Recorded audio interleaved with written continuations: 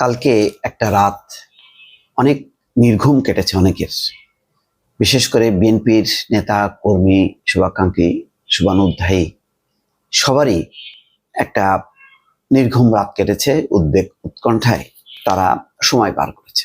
রাত থেকে টেনশন হয়েছে, কারণ রাতের বেলা বিএনপির সমস্ত নেতারা এভার কেয়ার হসপিটালে ভিড় করেছেন, যেখানে বেগম খালেদা জিয়া চিকিৎসাধীন। সরকারের উপদেষ্টা ডক্টর আসিফ নজরুলও সেখানে গেছেন। প্রধান উপদেষ্টা ডক্টর মোহাম্মদ ইউনূস দেশবাসীর দোয়া চেয়েছেন, জিএম কাদের দোয়া চেয়েছেন, ডাক্তার শফিকুর রহমান দোয়া চেয়েছেন। মোট কথা, দল মত নির্বিশেষে এনসিপি তরুণ নেতারা তারাও বাদ যাননি, সবাই একযোগে এক বাক্যে তারা দোয়া চেয়েছেন এবং অনেকেই ভিড় করেছেন এভার কেয়ার হসপিটালে। ফলে কালকের পরিস্থিতিটা রাতের বেলা খুবই একটা অন্যরকম একটা আবহ তৈরি হয়। সেই আবহে খবর আসে যে তারেক রহমান খুব দ্রুত এই দেশে ফেরার প্রস্তুতি নিচ্ছেন। প্রস্তুতিটা তেমনই, তারেক রহমান বিষয়টি জানিয়েছেন যে মায়ের স্পর্শ, স্নেহের স্পর্শ নিতে তিনি আকুল হয়ে আছেন। শেষ সময়ে, শেষ মুহূর্তের তিনি মায়ের পাশে থাকতে চান, কিন্তু তার দেশে ফেরার সিদ্ধান্তটি তার একক নয়। পারিপার্শ্বিক অনেকগুলো পরিস্থিতি তাকে নিয়ন্ত্রণ করছে।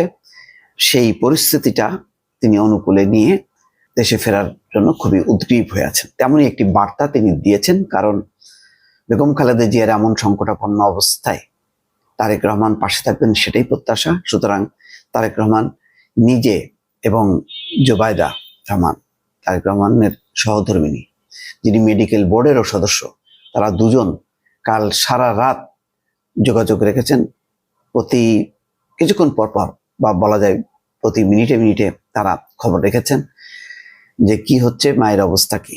আর এখানে খালেদা জিয়ার ছোট ভাই শামীম ইস্কান্দার এবং শর্মিলী কোকর, প্রয়াত কোকর স্ত্রী, দুজনই সার্বক্ষণিকভাবে ছিলেন।